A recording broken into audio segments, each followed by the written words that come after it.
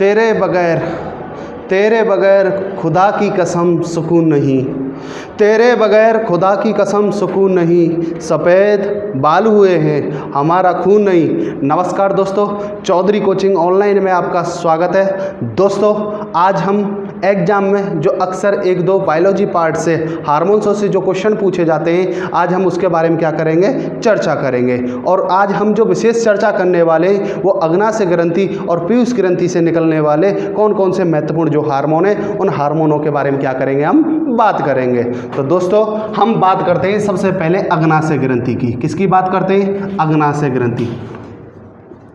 अग्नाशय ग्रंथि की बात करें तो इसे पैनक्रियाज ग्लैंड भी बोला जाता है। क्या बोला जाता है? पैनक्रियाज ग्लैंड भी बोला जाता है। तो दोस्तों देखो, हम बात करें कि अग्नाशय ग्रंथि की। अग्नाशय ग्रंथि के बारे में पहली चर्चा जो बात करें तो ये आती है कि अग्नाशय ग्रंथि एक मिश्रित ग्रंथि है। कैसी ग्रंथि है? मिश्रित ग्रंथि।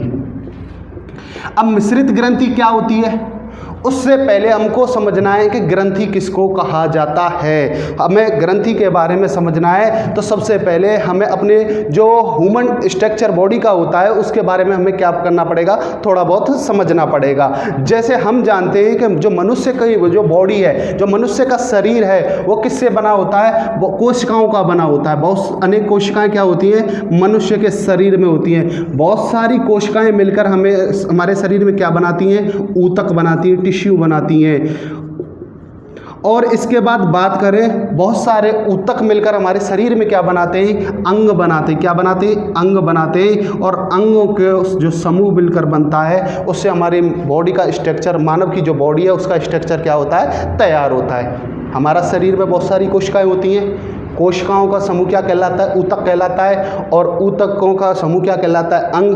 क्योंकि बहुत सारे ऊतक मिलकर क्या बनाते हैं? अंग बनाते हैं। और बहुत सारे अंग मिलकर हमारे शरीर का क्या करते हैं? निर्माण करते हैं। तो हम पढ़ रहे थे कि भाई ग्रंथि किसे कहते हैं। तो हम ग्रंथि की बात करें, जो हमारे ऊतक होते हैं ना, ऊतकों में, अब ऊतकों के बारे में अगर हम विस्तृत चर्चा करें तो मनुष्य शरीर में पाए जाने वाले स्रावी ऊतकों को, कौन से ऊतक? जो स्रावी ऊतक होते हैं, उन स्रावी ऊतकों को क्या कहा जाता है? ग्रंथि कहा जाता है। ग्रंथि किसको बोलते हैं? मनुष्य शरीर में पाए जाने वाली जो स्रावी ऊतक होते हैं, उन स्रावी ऊतकों को क्या कहा जाता है? उन स्रावी ऊतकों को ग्रंथि कहा जाता है।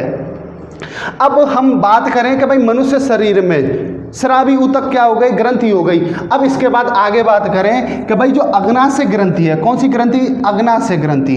अग्नाशय ग्रंथि एक मिश्रित ग्रंथि है। और मिश्रित ग्रंथि क्यों कहा जाता है? क्योंकि हमारे शरीर में जो ग्रंथियां हैं वो ऊतकों से कितने प्रकार की निकलती हैं? 2 प्रकार की निकलती हैं। क्योंकि एक कौन सी निकलती है? एक तो निकलती है अंतःस्रावी,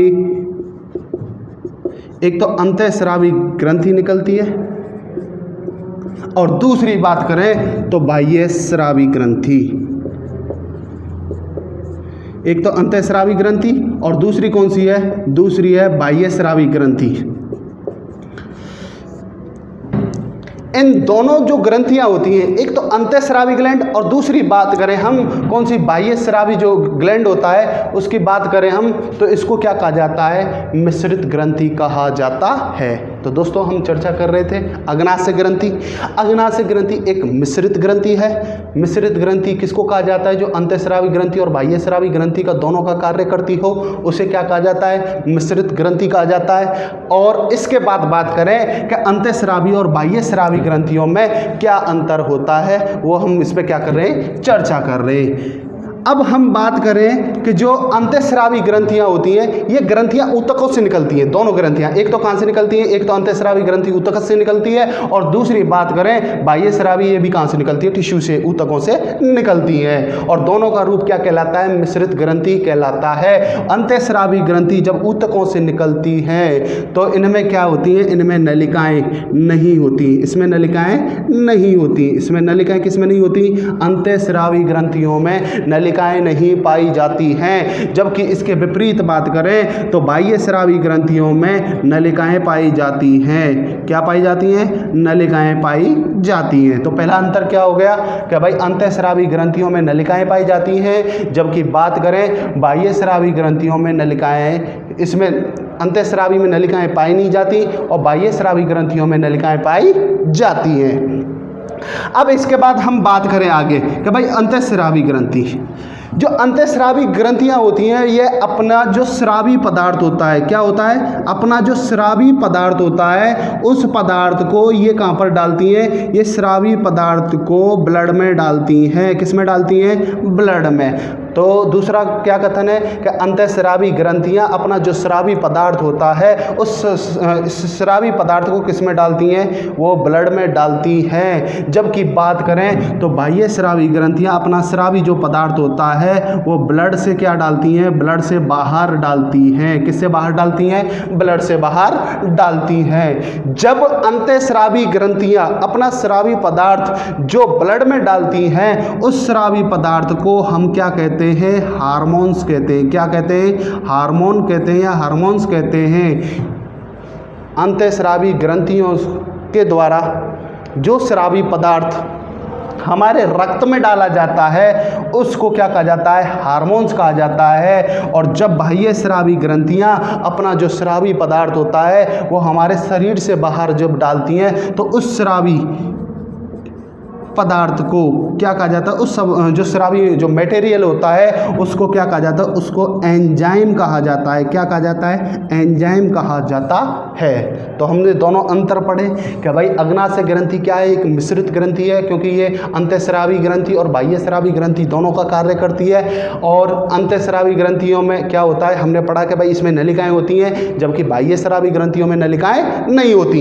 इसके बाद हम बात करें कि भाई जो अंतःस्रावी ग्रंथियां होती है साहब, ये अंतःस्रावी ग्रंथियां अपने जो पदार्थ होता है, स्रावी पदार्थ होता है, उसको कहाँ डालती है? ब्लड में डालती हैं। और इसमें ब्लड में जब ये स्रावी पदार्थ को डालती हैं तो उस स्रावी मटेरियल को क्या कहा जाता है? हार्मोन्स कहा जाता है। और जबकि इसके विपरीत बात करें तो बाह्य स्रावी ग्रंथियां जो अपना स्रावी पदार्थ रक्त से बाहर डालती हैं तो उनको क्या कहा जाता है? उस स्रावी पदार्थ को एंजाइम कहा जाता है। तो अग्नाशय ग्रंथि हार्मोन्स के साथ साथ एक रस भी निकालती है, अग्नाशय रस भी निकालती है। और जब ये रस निकालती है तो वो रस क्या होता है? एंजाइम भी होता है। और ये बहुत सारे क्या निकालती है? ये बहुत सारे हार्मोन्स भी निकालती है। इसलिए इसको क्या कहा जाता है? इसको मिश्रित ग्रंथि कहा जाता है। क्या कहा जाता है? मिश्रित ग्रंथि। अब आगे इसकी चर्चा करें कि भाई आगे चर्चा करें कि अग्नाशय ग्रंथि। पहला पॉइंट पढ़ा कि भाई ये क्या है? एक मिश्रित ग्रंथि है और यह मानव शरीर की दूसरी सबसे बड़ी ग्लैंड मानी जाती है। मानव शरीर की दूसरी सबसे बड़ी ग्रंथि कौन सी है? अग्नाशय ग्रंथि। मानव शरीर की सबसे बड़ी, दूसरी सबसे बड़ी क्या है? ये ग्लैंड है, ग्रंथि है। इसकी बात करें तो अब बात करें कि मनुष्य शरीर की ये दूसरी सबसे बड़ी ग्लैंड है। तो इससे पहली मनुष्य शरीर की सबसे बड़ी जो ग्रंथि मानी जाती है वो किसको माना जाता है? वो माना जाता है यकृत को। किसको माना जाता है? यकृत या लीवर को क्या माना जाता है? मनुष्य शरीर की सबसे बड़ी क्या माना जाता है? ग्रंथि माना जाता है। यकृत या जिगर भी बोलते हैं, जिसको क्या बोला जाता है? जिगर। यकृत या जिगर को क्या कहा जाता है? मनुष्य शरीर की दूसरी सबसे बड़ी क्या कहा जाता है? ग्लैंड भी कहा जाता है। और दूसरी सबसे बड़ी ग्लैंड कौन सी है मनुष्य शरीर की? अग्नाशय। अब इसके बाद आगे बात करें कि भाई जो इसका जो साइज है, साइज की हम बात करें कि अग्नाशय ग्रंथि का साइज, तो ये हमारे शरीर में लगभग 15 से 17 सेंटीमीटर के समथिंग पाई जाती है। लगभग है, ये कितनी पाई जाती है? 15 से 17 सेंटीमीटर के समथिंग ये क्या है? मनुष्य शरीर में क्या पाई जाती है? अग्नाशय ग्रंथि का विस्तार पाया जाता है। और इसके बाद हम इसकी विड्थ देखें, इसका जो भार है वो लगभग कितना पाया जाता है? इसका भार पाया जाता है 85 ग्राम के समथिंग इसका भार पाया जाता है। किसका पाया जाता है? अग्नाशय ग्रंथि का भार पाया जाता है।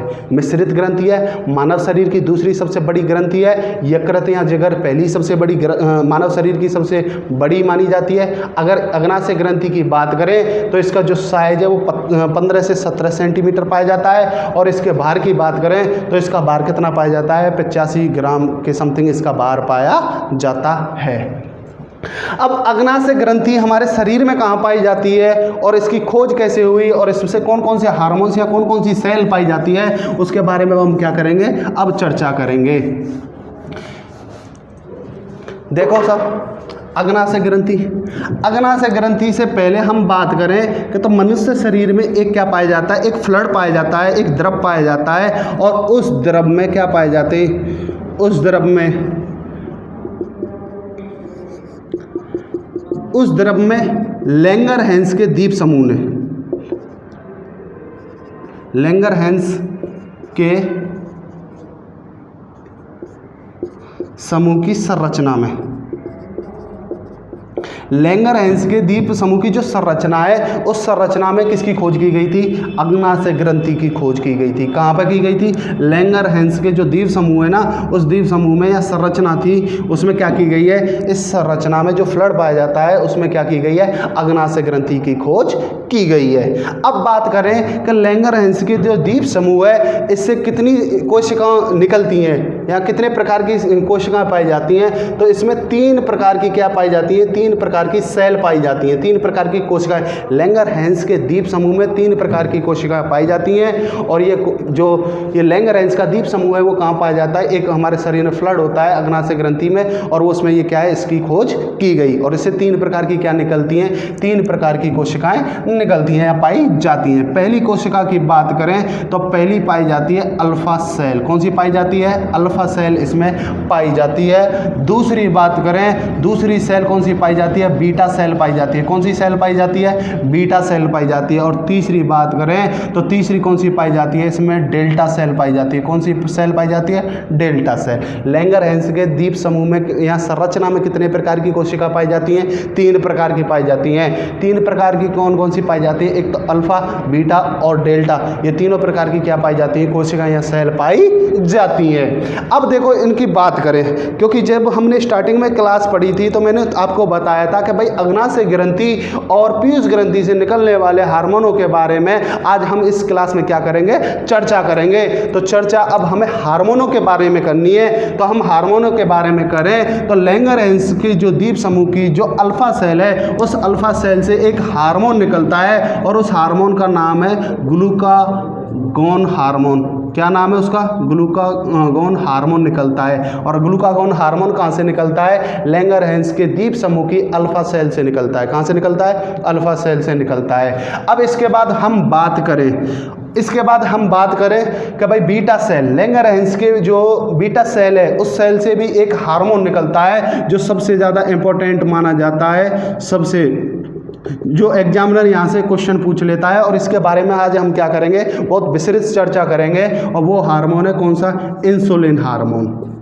कौन सा हार्मोन है, इंसुलिन हार्मोन। और एग्जामिनर क्वेश्चन भी पूछता है कि भाई इंसुलिन हार्मोन कहाँ से निकलता है, तो ये लैंगरहैंस की जो द्वीप समूह की संरचना है, उस संरचना में एक कोशिका पाई जाती है, और उस कोशिका का नाम है बीटा। उस बीटा सेल से कौन सा हार्मोन निकलता है, इंसुलिन हार्मोन निकलता है। और इसके बाद बात करें हम, तीसरी जो सेल पाई जाती है डेल्टा सेल, उससे एक हार्मोन निकलता है, उसको बोलते हैं सोमेटोस्टेटिन हार्मोन। क्या बोलते हैं, सोमेटोस्टेटिन हार्मोन। ये सब कहाँ से निकलते हैं, ये लैंगरहैंस के द्वीप समूह की संरचना से निकलते हैं। 3 हार्मोन कौन कौन से, एक तो अल्फा सेल से कौन सा निकलता है, ग्लूकागोन हार्मोन निकलता है, और बीटा सेल से कौन सा निकलता है, इंसुलिन हार्मोन, जिसकी हम विस्तृत बहुत चर्चा करेंगे। और तीसरी बात करें तो डेल्टा सेल से क्या निकलता है, सोमेटोस्टेटिन हार्मोन निकलता है।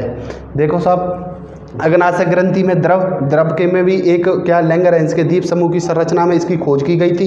खोज में भी अगर हम बात करें तो लैंगरहैंस की जो संरचना है उसमें कितने प्रकार की कोशिकाएं मिलती हैं, 3 प्रकार की कोशिकाएं, अल्फा, बीटा और कौन सी, डेल्टा। अब हम बात करें अल्फा से कौन सा, अल्फा कोशिका से कौन सा हार्मोन निकलता है, तो ग्लूकागोन हार्मोन निकलता है। और यह हार्मोन हमारे शरीर में ग्लूकोज को बढ़ाने का क्या करता है, कार्य करता है। कौन सा करता है, ग्लूकागोन हार्मोन। इसके बाद बी सेल, बीटा सेल, लैंगरेंस्की द्वीप समूह, इससे इंसुलिन हार्मोन निकलता है, इसके बारे में विस्तृत चर्चा करने वाले हम। और इसके बाद बात करें डेल्टा सेल, और डेल्टा जो कोशिका होती है उससे कौन सा निकलता है, उससे सोमेस्टेटिन जो हार्मोन होता है वो कहाँ से निकलता है, लैंगरेंस्की जो डेल्टा सेल है या कोशिका है उससे सोमेस्टेटिन हार्मोन क्या है, निकलता है।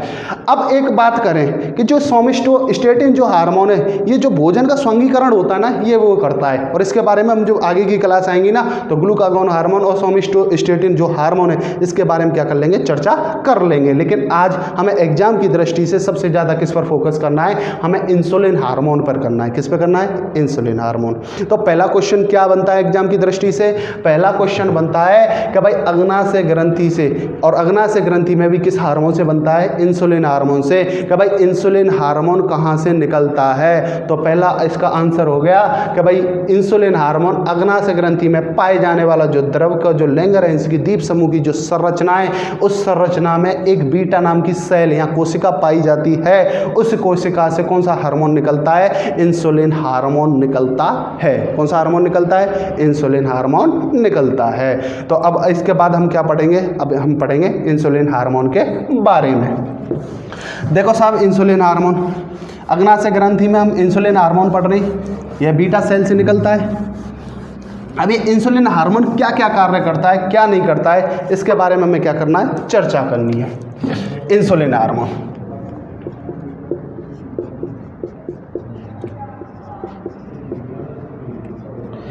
हम बात करें इंसुलिन हार्मोन की, किसकी बात करें, इंसुलिन हार्मोन की। ये क्या हो गई, पहले ये हो गई ब्लड वेसल, रक्त नलिका, और ब्लड वेसल में क्या पाया जाएगा, इसमें पाया जाएगा ब्लड, इसमें क्या पाया जाएगा, ब्लड पाया जाएगा।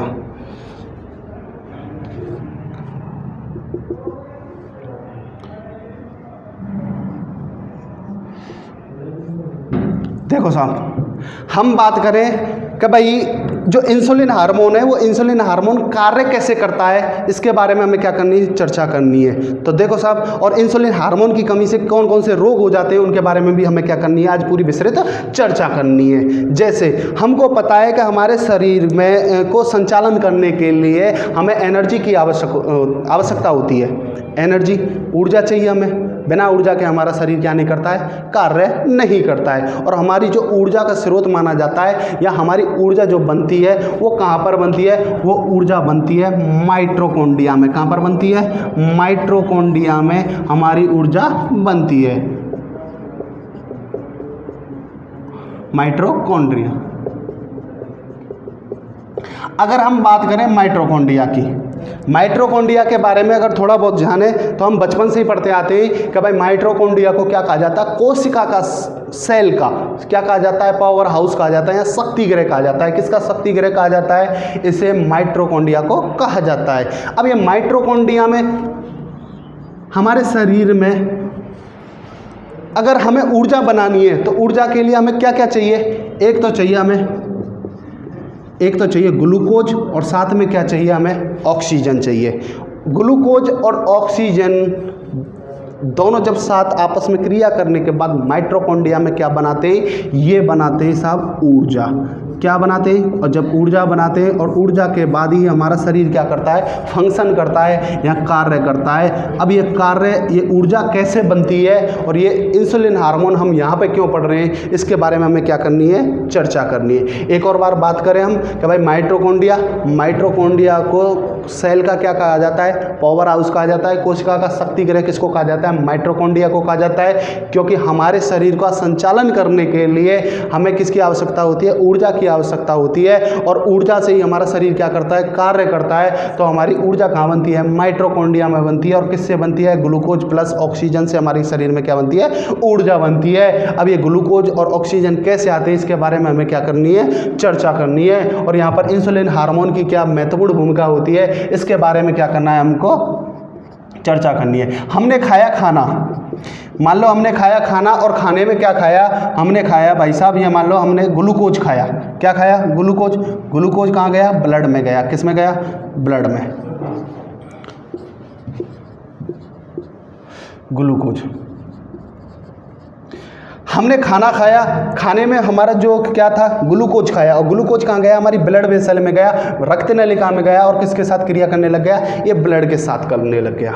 और हमको पता है कि भाई जब हमारी ब्लड वेसल में क्या पहुंच गया है, ये ब्लड वेसल में हमारा क्या पहुंच गया है, ग्लूकोज पहुंच गया है, जबकि इस ग्लूकोज को कहाँ होना चाहिए, माइटोकॉन्ड्रिया में पहुंचना चाहिए, और माइटोकॉन्ड्रिया में पहुंचेगा तभी तो हमारे शरीर में किसका निर्माण होगा, ऊर्जा का निर्माण होगा। अब ये क्या होता है साहब, देखो कि हमने खाने में खाया ग्लूकोज, और ग्लूकोज पहुंचा हमारी रक्त नलिका में, ब्लड के साथ क्रिया करने लगा, और उसके बाद हमें पता है कि हमारे शरीर के संचालन के लिए, किसके संचालन के लिए, हमारे शरीर के संचालन के लिए ऊर्जा की आवश्यकता होती है, और वो ऊर्जा किसके रूप में मिलती है, हमें ग्लूकोज के रूप में मिलती है। और ग्लूकोज हमें माइटोकॉन्ड्रिया तक कैसे पहुंचाना होता है, तो एक गाड़ी होती है, क्या होती है, एक गाड़ी होती है, एक गाड़ी होती है। ये गाड़ी क्या करती है, ये गाड़ी ग्लूकोज को, किसको, ये गाड़ी ग्लूकोज को माइटोकॉन्ड्रिया तक पहुंचाती है, किसको पहुंचाती है, ग्लूकोज को। ग्लूकोज को अपने ऊपर बैठाया, ग्लूकोज को अपने ऊपर बैठाने के बाद यहाँ तक लेके आई, और इस ग्लूकोज को किस में छोड़ दिया, माइटोकॉन्ड्रिया में छोड़ दिया, किस में छोड़ दिया, माइटोकॉन्ड्रिया में छोड़ दिया।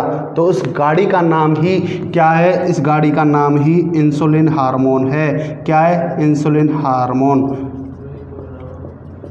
बात समझ में आ रही है, सिंपल सी बात है कि भाई इंसुलिन हार्मोन क्या करता है, जब हम क्या खाते हैं, खाना खाते हैं, तो खाना किस में जाता है, ब्लड वेसल में, रक्त नलिका में जाता है, और रक्त नलिका से इसको माइटोकॉन्ड्रिया तक ग्लूकोज को जो पहुंचाने वाली गाड़ी होती है, और वो गाड़ी का नाम ही क्या है, इंसुलिन हार्मोन। तो इंसुलिन हार्मोन का कार्य क्या है, यह रक्त नलिका से ग्लूकोज को माइटोकॉन्ड्रिया तक पहुंचाता है, और माइटोकॉन्ड्रिया में पहुंचने के बाद ही हमारे शरीर में ग्लूकोज प्लस ऑक्सीजन के साथ क्या होता है, ऊर्जा का संचारण होता है या संचालन होता है, ऊर्जा बनती है, एनर्जी बनती है, और तभी हमारा शरीर क्या करता है, फंक्शन करता है, कार्य करता है, तभी हमारा शरीर क्या करता है, कार्य करता है। कैसे करता है, इंसुलिन हार्मोन की वजह से। अब हम बात करें कि भाई ये मान लो जैसे ये ब्लड वेसल है, ब्लड रक्त नलिका है, रक्त नलिका से ग्लूकोज कहाँ पहुंचा, माइटोकॉन्ड्रिया में पहुंचा।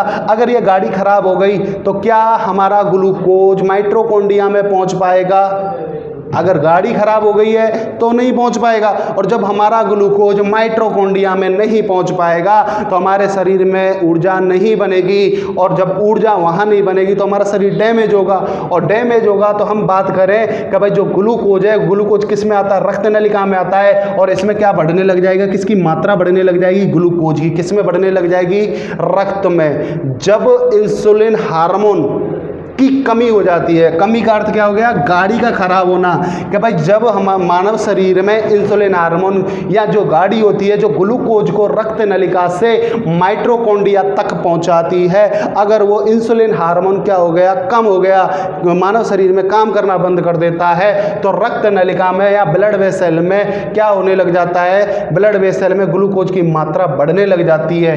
तो अब इसके लिए हमें क्या करना है कि भाई इंसुलिन जो हार्मोन होता है, इंसुलिन हार्मोन की कमी से, किसकी कमी से, इंसुलिन हार्मोन, इंसुलिन हार्मोन की कमी से ब्लड में किसकी मात्रा बढ़ जाएगी, ब्लड में भाई साहब बढ़ जाएगी हमारे ग्लूकोज की मात्रा। और जब ब्लड में ग्लूकोज की मात्रा बढ़ जाती है तो मानव शरीर में एक रोग हो जाता है, और उस रोग को बोलते हैं भाई साहब क्या, मधुमेह रोग। क्या बोलते हैं, मधुमेह रोग। और इसका दूसरा नाम है, इसका दूसरा नाम है डायबिटीज मेलिटस। क्या नाम है दूसरा, डायबिटीज मेलिटस। अब एग्जामिनर दूसरा क्वेश्चन क्या पूछता है, एग्जामिनर दूसरा क्वेश्चन पूछता है कि मानव शरीर में किस हार्मोन की कमी से, मानव शरीर में किस हार्मोन की कमी से मधुमेह या डायबिटीज मेलिटस या जो शुगर रोग होता है वो हो जाता है। तो वो हार्मोन कौन सा है, इंसुलिन हार्मोन। क्यों, क्योंकि जो गाड़ी थी हमारी रक्त नलिका से ग्लूकोज को कहाँ पहुँचा रही थी, माइटोकॉन्ड्रिया में पहुँचा रही थी, और माइटोकॉन्ड्रिया में वो ग्लूकोज नहीं पहुँच पाया तो हमारे ब्लड वेसल में किसकी मात्रा बढ़ने लग गई, गई ग्लूकोज की, और जब ब्लड में ग्लूकोज की मात्रा बढ़ने लग जाती है तो कौन सा रोग हो जाता है? मधुमेह रोग हो जाता है या डायबिटीज मेलिटस रोग हो जाता है। तो क्वेश्चन का आंसर क्या हुआ कि भाई किस हार्मोन की कमी से डायबिटीज हो जाती है? तो इंसुलिन हार्मोन की कमी से मधुमेह या डायबिटीज हो जाती है। अब बात करें हम इसकी, क्या चलो इंसुलिन हार्मोन की कमी हो गई, इसका उपचार भी करते होंगे, और ये रोग कितने प्रकार का हो सकता है तो इसके बारे में हम बात करें। जो ये डायबिटीज होती है ना, डायबिटीज दो प्रकार की होती है। ये डायबिटीज जो मेलिटस होता है ये दो प्रकार का होता है, एक तो डायबिटीज मेलिटस 1 और दूसरी बात करें डायबिटीज मेलिटस जो होता है वो 2। कैसे साहब? जो ये फर्स्ट प्रकार की जो डायबिटीज होती है ये जिन लोगों को अनुवांशिक रोग होते हैं उनमें पाई जाती है, और यह 40 साल से पहले वाले लोगों को होती है। जिनमें अनुवांशिकी क्या होते हैं? रोग होते हैं, उन रोगों में ये क्या होती है? जो अनुवांशिकी रोग होती है, और 40 साल से पहले क्या होती है? ये जो पहली प्रकार की जो डायबिटीज है वो देखने को मिलती है। और इसके बाद बात करें जो डायबिटीज दूसरे प्रकार की होती है ये 40 साल के बाद होती है।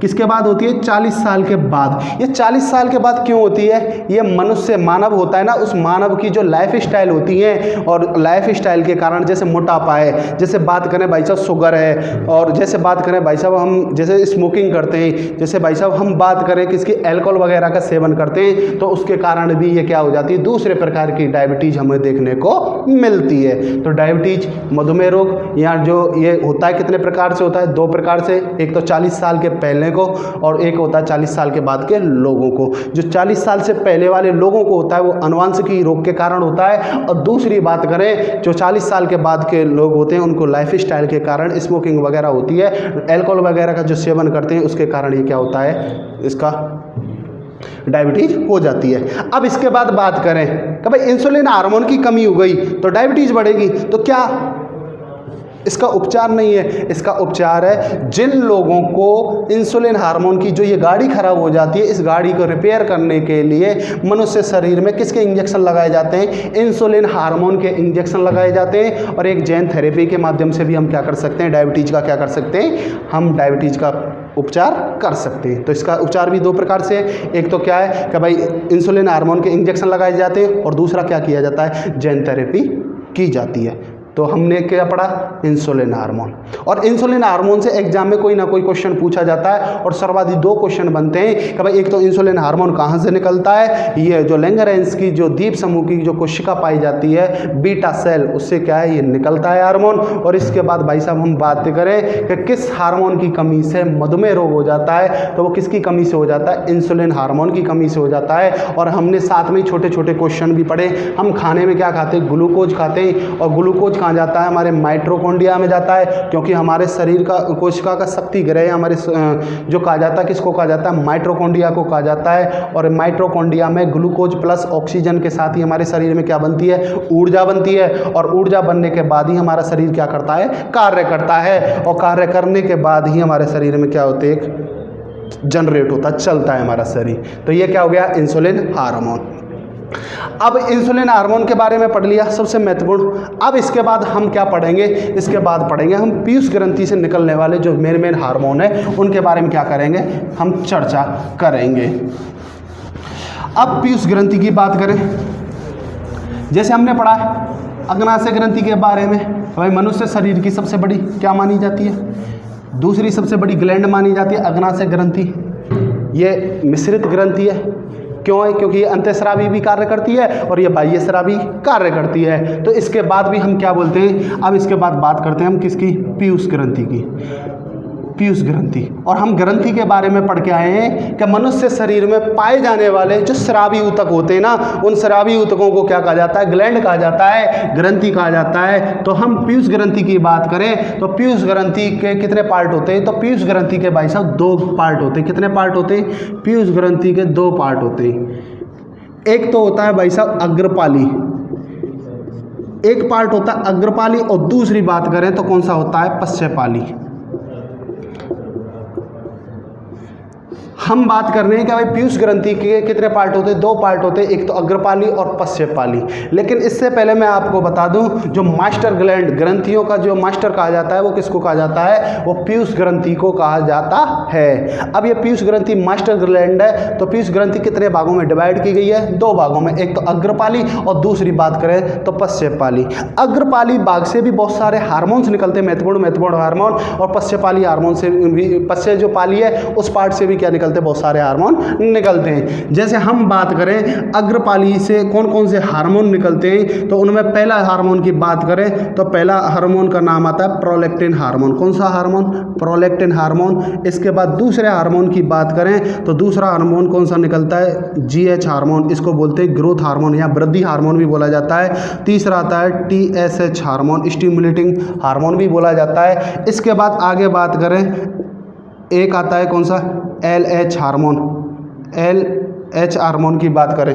ये सब कहाँ से निकलते हैं, अग्रपाली भाग से भी निकलते हैं। एक मेलेनिन भी वर्णक होता है जो त्वचा का रंग बदलने के कारण में सहायक होता है, वो भी क्या होता है, पीयूष ग्रंथि का एक कारण माना जाता है। तो पीयूष ग्रंथि को कितने भागों में बांटा गया, 2, एक तो अग्रपाली और दूसरा कौन सा है, पश्चपाली। और अग्रपाली भाग से कौन से निकलते हैं, एक तो प्रोलैक्टिन है, एक कौन सा है, GH हार्मोन है, TSH हार्मोन है, LH हार्मोन है, और भी है जैसे FSH हार्मोन। ये सब कहाँ से निकलते हैं, ये अग्रपाली कहाँ से निकलते हैं, अग्रपाली, पीयूष ग्रंथि का जो अग्रपाली पार्ट है ना, उस पार्ट से ये क्या निकलते हैं, ये हार्मोन निकलते हैं। अब इसके बाद बात करें हम क्या, पश्चपाली भाग। पश्चपाली भाग से भी महत्वपूर्ण 2 हार्मोन निकलते हैं। एक तो निकलता है कौन सा, ऑक्सीटोसिन हार्मोन। एक कौन सा हार्मोन निकलता है, ऑक्सीटोसिन हार्मोन। और दूसरे हार्मोन की बात करें तो दूसरा कौन सा हार्मोन निकलता है जो सबसे महत्वपूर्ण है, जिसकी हमें आज विस्तृत चर्चा करनी है, वो है वैसोप्रेसिन हार्मोन। ये कहाँ से निकलता है, ये पश्चपाली भाग से निकलता है। तो अब हमें क्या करनी है, चर्चा कर रहे हैं हम पीयूष ग्रंथि की, कि भाई पीयूष ग्रंथि को मास्टर ग्लैंड कहा जाता है। ये 2 पार्टों में क्या होती है, डिवाइड होती है। एक पार्ट होता है अग्रपाली और दूसरा पार्ट होता है पश्चपाली। अग्रपाली होता है, उससे क्या है, कुछ हार्मोन निकलते हैं जो महत्वपूर्ण है। कौन से, prolactin, GH hormone, TSH hormone, LH hormone और FSH हार्मोन। ये सब कहाँ से निकलते हैं, पीयूष ग्रंथि के अग्रपाली भाग से। यहाँ भी क्वेश्चन पूछा बन सकता है अच्छा क्वेश्चन, कि भाई GH हार्मोन पीयूष ग्रंथि के किस भाग से निकलता है, तो GH हार्मोन कहाँ से निकलता है, अग्रपाली भाग से निकलता है। क्वेश्चन ये भी बन सकता है कि वैसोप्रेसिन हार्मोन पीयूष ग्रंथि के किस पार्ट से निकलता है, तो किससे निकलता है, पश्चपाली भाग से निकलता है। तो हमें इनका क्या करना है, आज हमें जो सबसे ज़्यादा महत्वपूर्ण चर्चा करनी है वो एक तो प्रोलैक्टिन हार्मोन पर, ऑक्सीटोसिन हार्मोन पर, और किस पे करनी है, वैसोप्रेसिन हार्मोन पर बात करनी है। और मैं आपको बता दूं, आजकल एग्जामिनर क्या कर लेता है, क्वेश्चन को कई प्रकार से घुमा देता है। और कैसे घुमा देता है, जो ये वैसोप्रेसिन हार्मोन है इसे ADH हार्मोन भी कहा जाता है। कौन सा हार्मोन कहा जाता है, ADH हार्मोन। और ADH हार्मोन का अर्थ हो गया एंटी डायूरेटिक हार्मोन। जो डायूरिया हो जाता है, जिन लोगों को मूत्र त्यागने की जो संख्या ज़्यादा बार हो जाती है, उसे क्या कहा जाता है, डायूरिया। और उसको रोकने के लिए कौन सा हार्मोन का प्रयोग किया जाता है, वैसोप्रेसिन हार्मोन। उसमें क्या होता है, लाभदायक होता है। तो अब हम बात करें, किसकी बात करें, सबसे पहले हम बात करते हैं प्रोलैक्टिन हार्मोन की।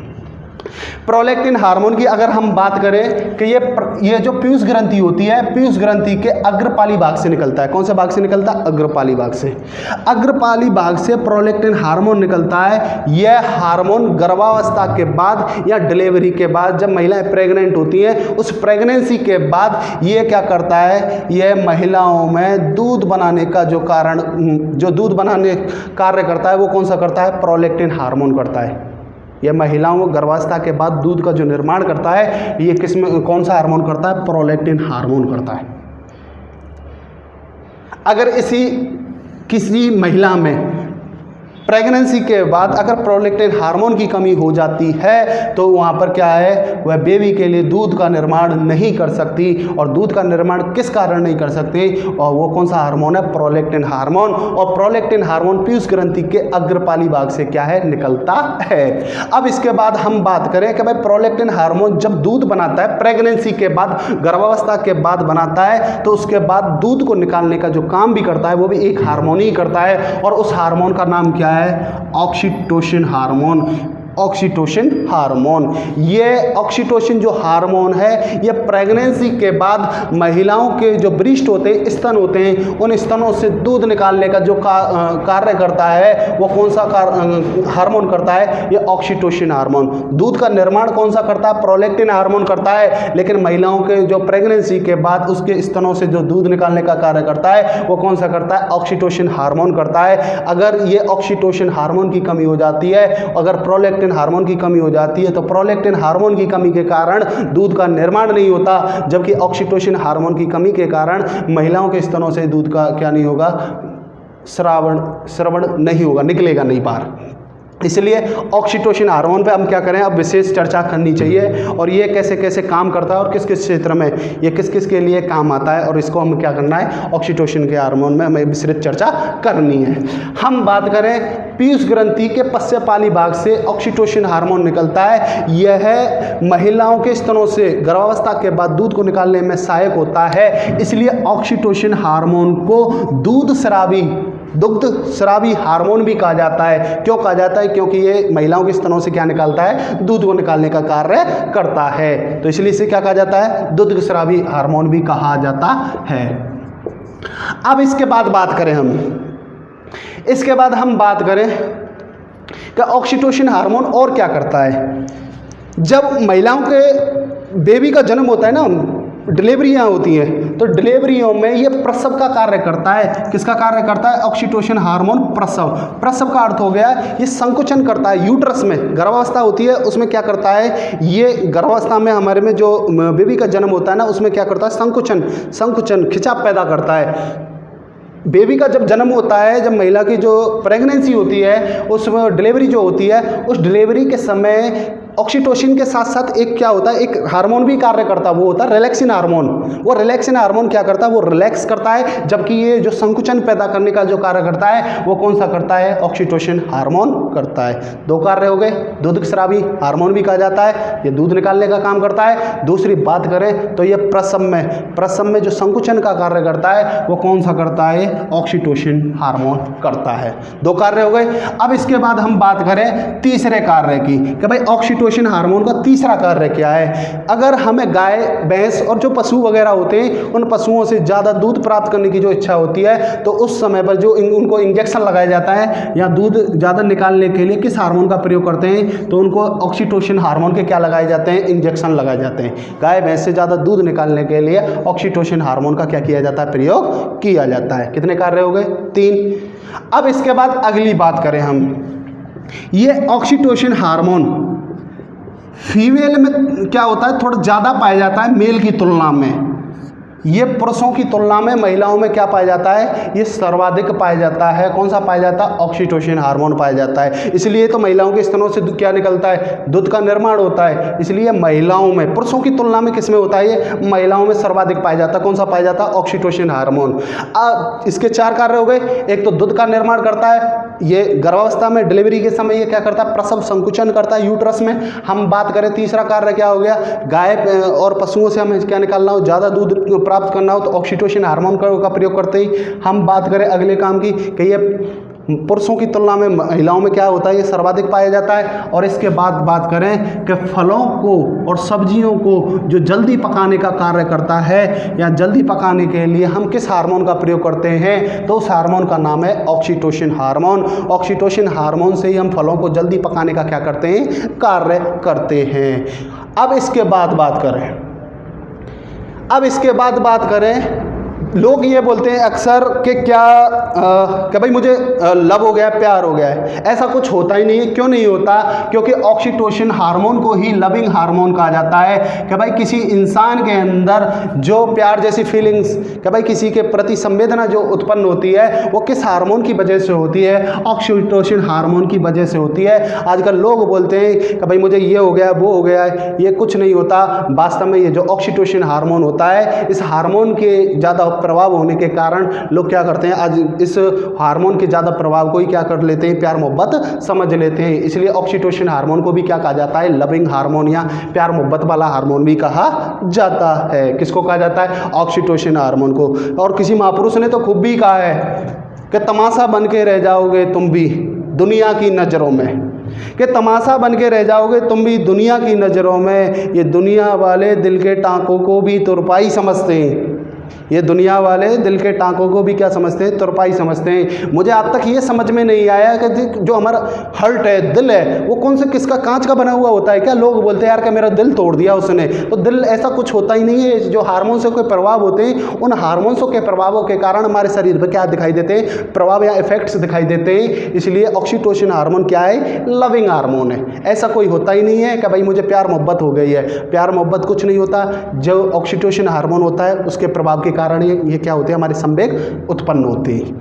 तो ये ऑक्सीटोसिन के क्या हो गए, कार्य हो गए। अब हमें जो सबसे ज़्यादा विस्तृत चर्चा करनी है और सबसे ज़्यादा जो मेन इंपॉर्टेंट हार्मोन है, जो आजकल एग्जामों में सर्वाधिक क्वेश्चन पूछे जा रहे हैं, वो कौन सा हार्मोन है, वो है वैसोप्रेसिन। कौन सा हार्मोन, वैसोप्रेसिन हार्मोन, और इसे एडीएच हार्मोन भी कहा जाता है। और वैसोप्रेसिन हार्मोन पीयूष ग्रंथि के पश्चपाली भाग से निकलता है। कहाँ से निकलता है, पीयूष ग्रंथि के पश्चपाली भाग से। तो अब हम बात करेंगे किसकी, हम बात करेंगे वैसोप्रेसिन हार्मोन की।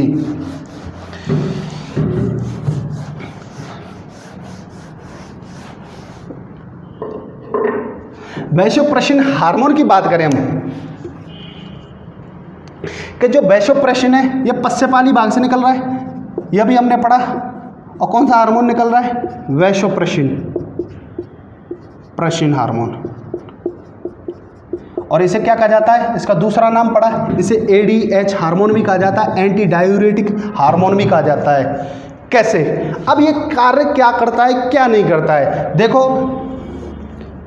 मनुष्य शरीर में ब्लड वेसल होती है, ये क्या हो गई, ब्लड वेसल, रक्त नलिका। और रक्त नलिकाओं में क्या है, ब्लड होता है, सिंपल सी बात है। अब हमें देखो क्या होता है कि भाई हमारी ये क्या है, किडनी, वृक्क, किडनी को हिंदी में क्या बोलते हैं, वृक्क बोलते हैं, किडनी। हमारी किडनी की बात करें तो हमारी किडनी में जो जल की मात्रा होती है, एक वो कितने प्रतिशत होती है, हमारी किडनी में जो वाटर होता है वो लगभग कितना पाया जाता है, 95%। तो क्या पाया जाता है, हमारी किडनी में पानी पाया जाता है, ठीक है ना। अब ये उसकी बात कर रहे हैं हम, किसकी बात कर रहे हैं, जो किडनी में यूरिन है, जो हमारा मूत्र पाया जाता है, उस मूत्र की बात कर रहे हैं। कि जो किडनी में क्या होता है, 95% तो पानी होता है। और इसके बाद बात करें तो 2.3 जो प्रतिशत होता है वो क्या होता है, यूरिया होता है। क्या होता है, यूरिया। और यूरिया क्या होता है, ये वेस्ट प्रोडक्ट होता है। मनुष्य शरीर में क्या होता है, वेस्ट प्रोडक्ट होता है। अब इन दोनों के कारण जब हम मूत्र करते हैं तो मूत्र में क्या होता है, एक तो यूरिया होता है और एक क्या होता है, पानी होता है। और पानी की संख्या कितनी होती है, 95% होती है। तो अब हमें वैसोप्रेसिन हार्मोन के बारे में जानना है तो हमें ये आंकड़े पता होना चाहिए कि मनुष्य की जो किडनी होती है, उस जो मूत्र होता है, उस मूत्र में जो पानी का जो प्रतिशत होता है वो 95% होता है। और जबकि जो यूरिया वेस्ट प्रोडक्ट होता है वो कितना होता है, 2.3% होता है। और ये कहाँ होता है, वृक्क में, किडनी में होता है। अब देखो हमें बात क्या समझनी है, सिंपल सी मैं बात बताऊं आपको। क्या सिंपल सी बात यह है कि हम पानी पीते हैं और वो पानी पीने के बाद कहाँ जाता है, वो ब्लड वेसल में जाता है। क्या जाता है, वाटर जाता है, पानी। अब ये वाटर, हमारा जो पानी है वो किस में जाता है, ब्लड वेसल में जाता है, रक्त नलिका में जाता है। तो रक्त नलिका में अब हमें यूरिन निकालना है तो यूरिन तो किडनी में पहुंचना चाहिए।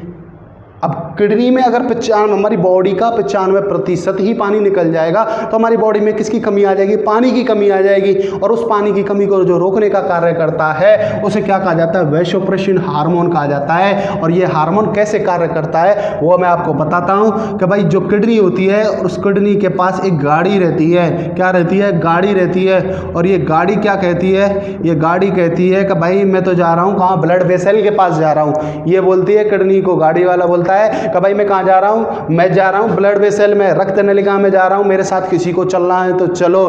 तब ये कौन, ये गाड़ी क्या करती है, ये अपने साथ क्या लेके आती है, ये पानी लेके आती है। कहाँ से? पानी बोलता है कि भाई मैं यहाँ पर बहुत ज़्यादा है, मुझे तो बाहर निकलना है, तो इससे तो बढ़िया है कि मुझे दोबारा कहाँ जाना है, ब्लड वेसल में जाना है, रक्त नलिका में जाना है, तो मुझे अपने साथ ले चल। तो ये वैसोप्रेशन हार्मोन क्या करता है, ये वैसोप्रेशन हार्मोन जो ये गाड़ी है, ये 10 से 15% जो पानी होता है किडनी में, ये यूरिन में जो 10 से 15% पानी होता है, इस पानी को क्या करता है, ये गाड़ी कहाँ लेकर आती है, ये गाड़ी भाई साहब लेके आती है हमारी कहाँ पर, ये पानी को, वाटर को कहाँ पहुँचा देती है, ये पानी को ब्लड वेसल में या रक्त नलिका में पहुंचा देती है। अगर मैं ये कह रहा हूँ कि भाई गाड़ी वाले ने आबादी किसको, किडनी को, किडनी से बोला कि भाई तुम्हारे पास कोई ऐसा है या तुम में से कोई ऐसा है जो मेरे साथ चलना चाहेगा, मैं तो रक्त नलिका के पास जा रहा हूँ। तो तब कौन बोला, पानी बोला। पानी क्या, 95% भाग, 95% भाग ने बोला, और उसमें से थोड़ा पार्ट ने बोला कि भाई हमें कहाँ जाना है, हमें जाना है रक्त नलिका के पास जाना है या रक्त नलिका में जाना है। तो ये वैसोप्रेशन हार्मोन या ये जो गाड़ी वाला है, ये गाड़ी वाला 95% में से 10 से 15% पानी अपने साथ लेकर, और ये कहाँ जाता है, ये ब्लड वेसल में, इसको क्या करता है, ये किडनी से पानी को पहुंचाता है। और इसी हार्मोन का नाम क्या है, एडीएच हार्मोन, या इसको क्या कहा जाता है, वैसोप्रेशन हार्मोन कहा जाता है। तो वैसोप्रेशन हार्मोन का कार्य क्या है, वैसोप्रेशन हार्मोन किडनी से, हमारे वृक्क से जो ज़्यादा पानी की मात्रा होती है, उस मात्रा में से 10 से 15% पानी को कहाँ पहुँचा देता है, ये भाई साहब पहुँचा देता है। ये कहाँ पर पहुँचा देता है, हमारी रक्त नलिका में पहुँचा देता है। अब देखो यहाँ पे हमें एक छोटी सी सिंपल सी बात समझनी है कि ये इस हार्मोन के दोनों प्रभाव हैं। अगर ये ज़्यादा काम करने लगे तो भी ये क्या है, खतरनाक हो जाता है, और कम काम करे तो भी खतरनाक हो जाता है। कैसे, इसकी हम बात करें कि भाई अगर एडीएच हार्मोन की बात करें और इसकी अगर क्या हो जाए, ज़्यादा संख्या हो, ज़्यादा काम करने लग जाए, या एडीएच हार्मोन की बात करें और ये कम काम करने लग जाए, तो इसका शरीर पर क्या प्रभाव पड़ता है वो समझना है। अब इतना तो पता चल गया हमें कि भाई वैसोप्रेशन हार्मोन क्या करता है। वैसोप्रेशन हार्मोन मनुष्य शरीर में पाए जाने वाला जो यूरिन या किडनी होती है, उस किडनी में जो 95% क्या होता है, 95% जो पानी होता है, उस पानी में से 10 से 15% पानी को कहाँ पर पहुँचाता है, रक्त नलिका में पहुँचाता है। कहाँ पहुँचाता है, रक्त नलिका में पहुँचाता है। अब देखो भाई साहब, हम बात करें एडीएच हार्मोन की या वैसोप्रेशन हार्मोन की, कि भाई ये पानी को पहुंचाता है, और कहाँ से पहुंचाता है, ये पानी को हमारी किडनी से रक्त नलिका में पहुंचा रहा है। अगर ये हार्मोन ज़्यादा काम करने लग जाए, कौन सा हार्मोन काम करने लग जाए, एडीएच हार्मोन ज़्यादा काम करने लग जाए, तो ज़्यादा का अर्थ क्या हो गया, अब तो 10 से 15% नॉर्मल पानी लेके आ रहा है, अब ये ज़्यादा काम करने लग जाएगा तो ये किडनी में से पूरे पानी को लेके आएगा, और पानी को कहाँ पहुँचाएगा, ये ब्लड वेसल में पहुँचाएगा। किस में पहुँचाएगा, ब्लड वेसल में पहुँचाएगा। और जब ये पानी को ब्लड वेसल में पहुँचाएगा तो ब्लड वेसल में क्या बढ़ जाएगा, बीपी बढ़ जाएगा, रक्त दाब, क्योंकि जब हमारी रक्त नलिका में ज़्यादा पानी आएगा तो हमारे ब्लड में मिलेगा, तो ब्लड की रफ्तार बढ़ेगी, और रफ्तार बढ़ने के कारण मनुष्य शरीर का रक्त दाब बढ़ जाएगा या बीपी बढ़ जाएगा, ब्लड प्रेशर बढ़ जाएगा। और ब्लड प्रेशर का जो कारण माना जाता है वो कौन सा हार्मोन माना जाता है, वैसोप्रेशन। वैसोप्रेशन हार्मोन की अधिकता के कारण ही मनुष्य शरीर का क्या बढ़ता है, बीपी बढ़ता है, रक्त दाब। कि भाई हमारा जो किडनी है, किडनी में से ज़्यादा पानी को कौन लेके आ जाता है, वो वैसोप्रेशन हार्मोन लेके आ जाता है।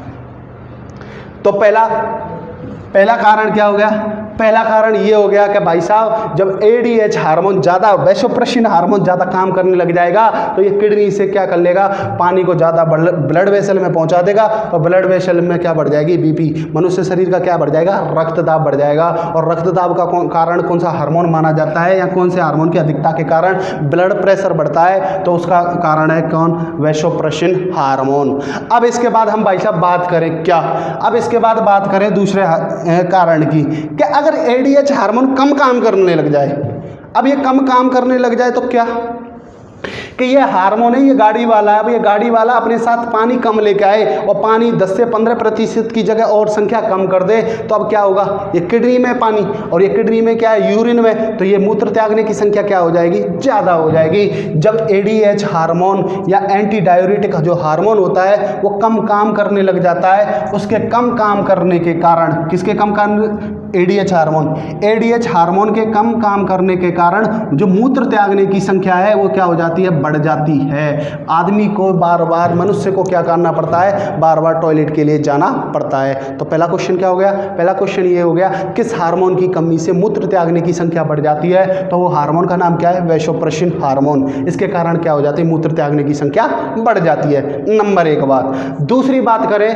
अगर एडीएच हार्मोन अधिक बढ़ा तो बीपी बढ़ा। बीपी क्यों बढ़ा, ये अपने साथ पानी ज़्यादा लेके आया, और जब ये पानी को अपने साथ सर्वाधिक लेके आएगा तो भाई साहब मूत्र त्यागने की संख्या क्या हो जाती है, जब एडीएच हार्मोन ज़्यादा काम करने लग जाता है, अपनी अधिकता को बढ़ाने लग जाता है, तो मूत्र त्यागने की जो संख्या है वो मूत्र त्यागने की संख्या क्या हो जाती है, कम हो जाती है। तो किस हार्मोन की कमी से मूत्र त्यागने की संख्या कमी हो जाती है, वो वैसोप्रेसिन। मूत्र त्यागने की संख्या भी इसके कारण बढ़ती है, तो मूत्र त्यागने की संख्या कम होना भी किसका कारण माना जाता है, वैसोप्रेसिन हार्मोन के कारण माना जाता है। अब मैं ये बात कर रहा हूँ कि भाई जब मूत्र कम जाएगा, मनुष्य जब मूत्र त्यागने की संख्या कम होगी तो ब्लड प्रेशर बन जाएगा, ये भी एक प्रकार की बीमारी हो गई। अगर मूत्र त्यागने की संख्या मनुष्य की ज़्यादा बढ़ जाती है तो उसे भी एक बीमारी कहा जाता है, और उस बीमारी का नाम है डाईयूरिया।